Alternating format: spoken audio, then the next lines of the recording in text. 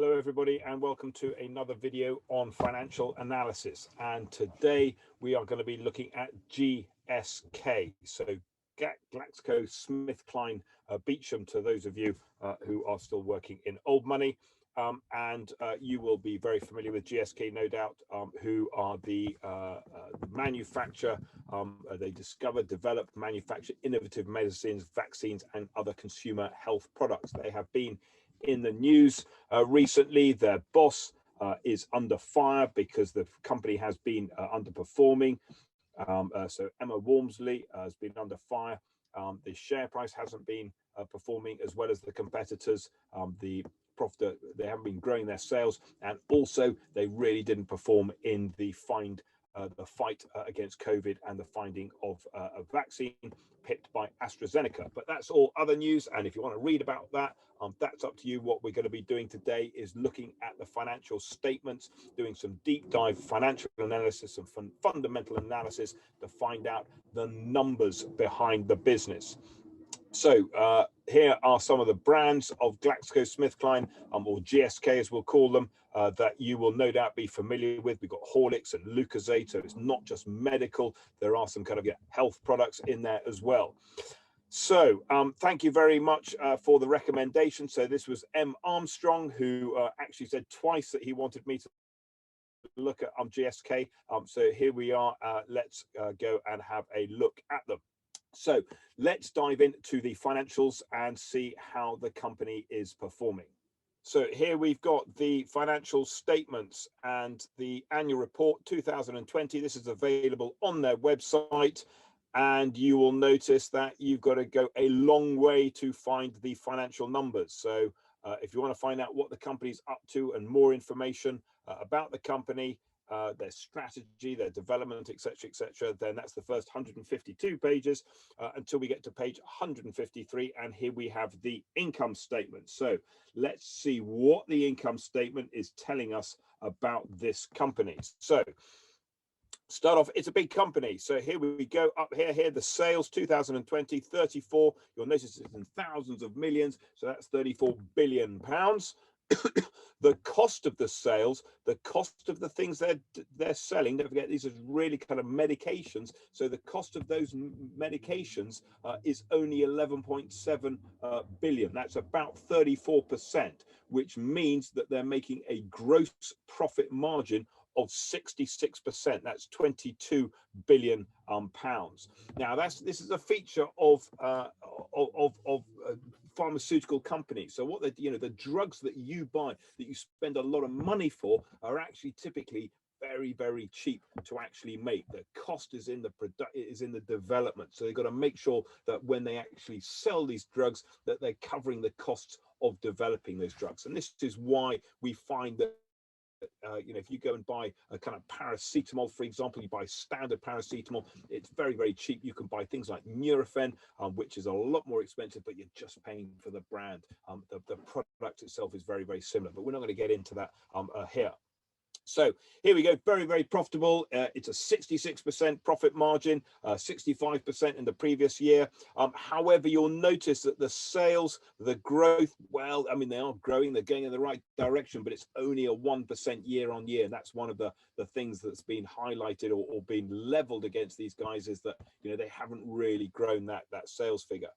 There's the SG&A, that's the cost of running the business. And then this is a big, very important line here. So here we see the research and development. So this is the cost today of investing and finding the new drugs that we're going to be producing tomorrow. And a lot of those are not going to get authorized. They're not going to work. They're not going to deliver the benefits. They're going to be too dangerous, the side effects. So there's a kind of quite a high risk going on there. So that's not a kind of guaranteed pipeline. That's a very much an exploratory pipeline. Here we see the operating profit, about 7.8 million. So that is a 23% margin. There's a little bit of interest there, suggesting there's a little bit of debt sitting on the balance sheet. We'll find that when we look at the balance sheet, and but it's not a problem. They can afford that interest. If you compare the interest to the operating profit, very easily affordable. Little bit of tax, and there is their bottom line, 6.4 billion pounds profit, 19% net profit margin, up from 16% in the previous year. looking pretty good. Okay, so it's, you know, it's a high margin business. However, don't forget, this is telling us what's happened in the past, and the investors are really concerned as, you know, are we going to be able to maintain that? Can we get this sales growth going up? Can we actually really start to see this company firing on all cylinders? So profit and loss account, nothing particularly exciting jumping out at us there. So let's go and have a look at the balance sheet. Here's the balance sheet. So top part of the balance sheet, the non-current assets, if you remember, these are the things that we own and we need to run the business. Easily the biggest number is this number here, the other intangibles. Okay, so these other intangibles, we need to go and look at note 20 to find out exactly what they refer to. So let's go and have a quick look at note 20, because that is a very, very big number. So here we are at note 20, and we see that really the intangibles, computer software. So there's a lot of money spent on the kind of all the systems and processes and the software they've got. And then here we've got the licenses, the patents, amortized brands, etc., etc. So you know, as we said, you know, there's a huge amount invested in developing these, you know, these patents, these products, for example, you know, the brands associated with them. This isn't the GSK brand, these are the individual brands that they've actually developed of the individual products. And they've got some indefinite life brands that they can use forever. So what they'll typically do is they'll develop drugs, and then they'll have the license to kind of sell that drug exclusively. Nobody else can produce it. And then once that license expires, and I forget exactly what it is, somebody will be able to tell me, it's 20 or 30 years maybe, and then suddenly, you know, everybody else can produce them, which is why aspirin, for example, or paracetamol is readily available, you know, really very, very cheap in very kind of, you know, own brand versions. But you can still, if you want, pay more for the branded versions. So there we go. And what we see is that, you know, this is really making up, you know, half of their non-current assets. Other big numbers in the non-current assets. So we've also got a whole lot of goodwill. If you remember, goodwill arises on acquisition. So when you buy a company, it's what you pay for it versus the fair value of the net asset. So you get the assets, you get the liabilities. The difference is known as the net assets, and what you pay for a company over and above those net assets is treated as goodwill. And this is just reflecting that GSK has grown, but not only grown organically by investing and sort of, you know, developing its own drugs. It's also gone out and bought other brands, other established drugs, and try to plug them into their kind of network, into their brand network, and kind of and leverage that. So the theory is that, you know, if you develop, I know, a really good you know, little drug, for example, you can just GSK can come along, they'll buy it at a premium, so you'll do very well, and then they'll just plug it into their network, sell it worldwide, and they will do very well as well. And then there's a whole lot of property, plant, and equipment, about 10 billion quid's worth of, you know, this will be all the sort of the test tubes and all those machines that you see sometimes on the news with people kind of, you know, testing stuff, machines that go ping maybe. Okay, so there we go, 60 billion of non-current assets. We got another 20 billion of current assets. Really, the inventory, so that's the stock, work in progress, finished goods, trade and other receivables, and cash in the bank. So, and that's what we'd expect to see in our current assets. Looking at the bottom half of the balance sheet, we see the current liabilities. Here we have current liabilities.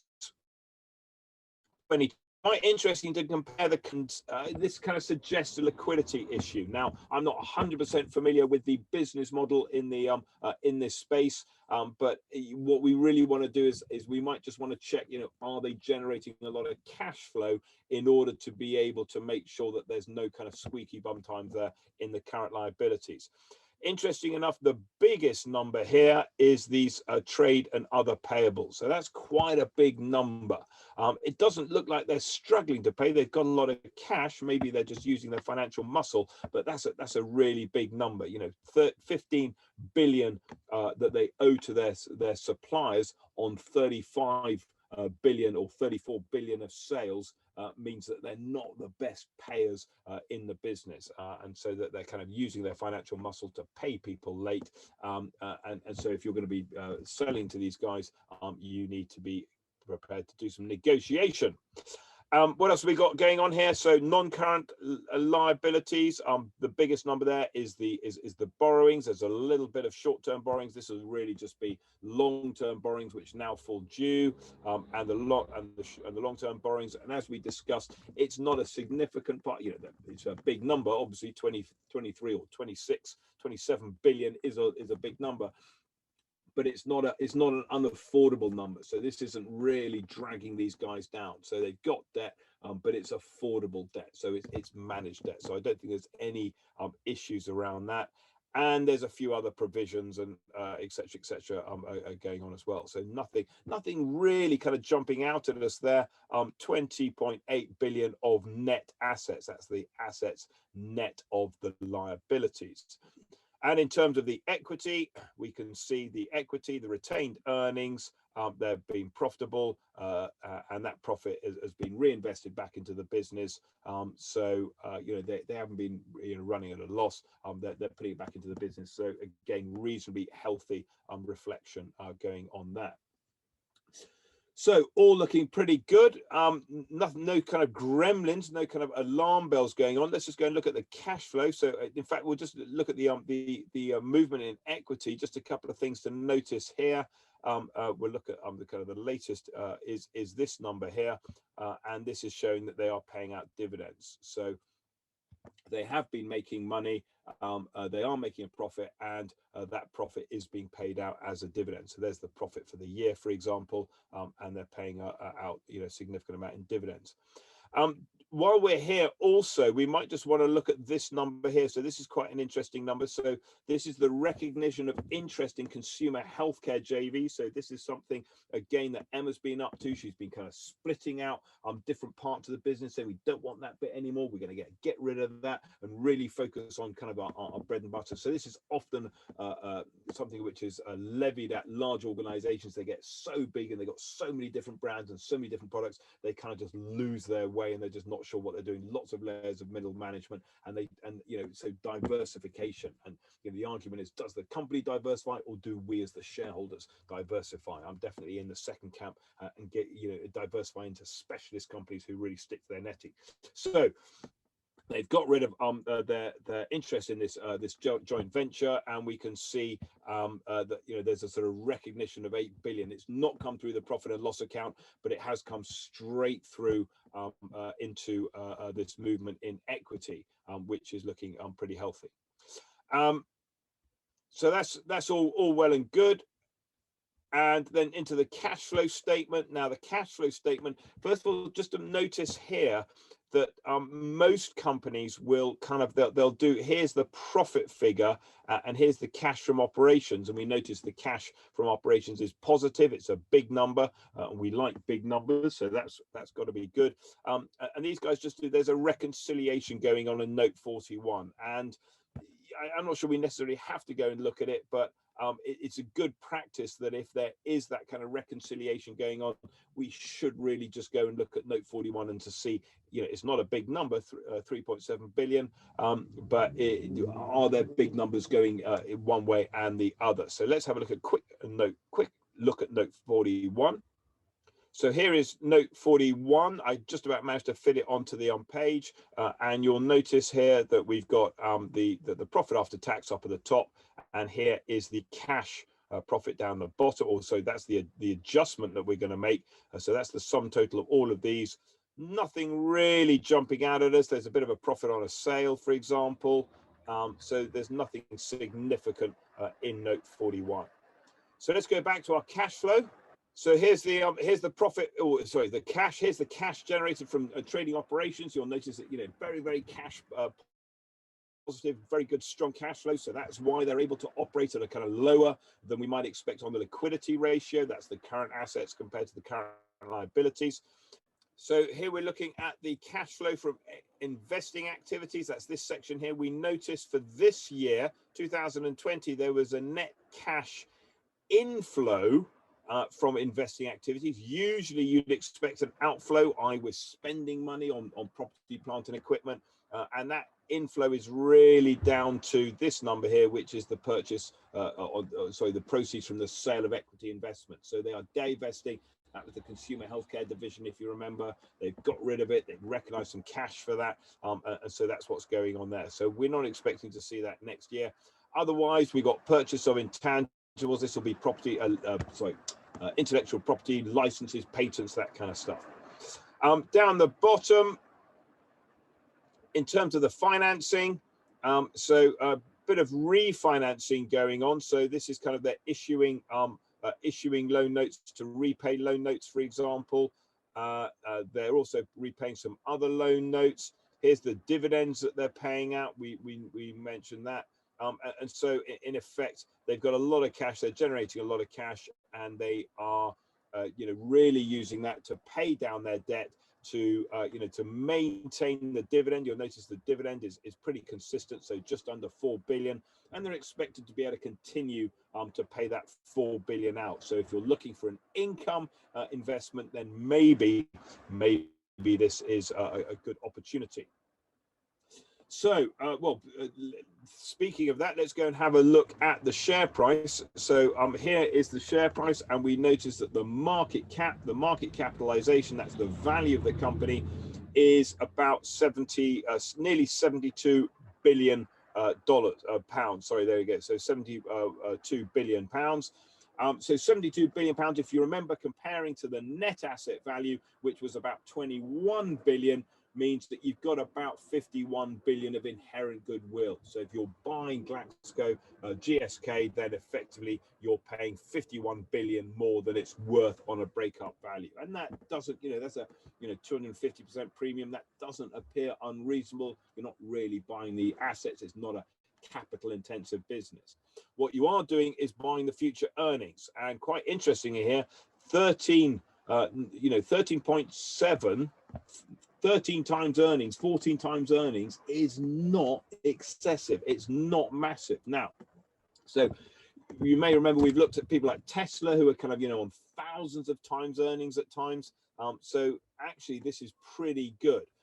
And also, you'll notice they're giving you a dividend yield. So actually, the dividend you receive is going to be 5.6% of the share price. So if you buy a share in this company, you're going to get a return just in terms of the dividend, no mind about the actual the capital growth of 5.6%. So this is a defensive stock. This is a defensive play. You're not going to kind of make your fortune overnight on this, unless of course it discovers the perfect cure to COVID-19, which is unlikely. So I don't think you're going to make a fortune on this, but however, it looks reasonably priced, and from a financial point of view, it looks reasonably priced. The question is, do you buy into the activist shareholders, to Emma's response to that, to the shareholders saying that they are actually going to deliver on the deliver the goods, so to speak. So there we have it. There's GSK. I hope you found that useful in terms of looking at their financial statements. Please do remember to like, share, and subscribe to this channel. Do leave any additional comments if you think you like GSK. If you don't like GSK, reasons to invest, reasons not to invest. And don't forget, this isn't just for investors. This is for anybody who's looking to improve their ability to read and interpret financial information. So thanks a lot. Like, share, and subscribe, and I will see you on the next video.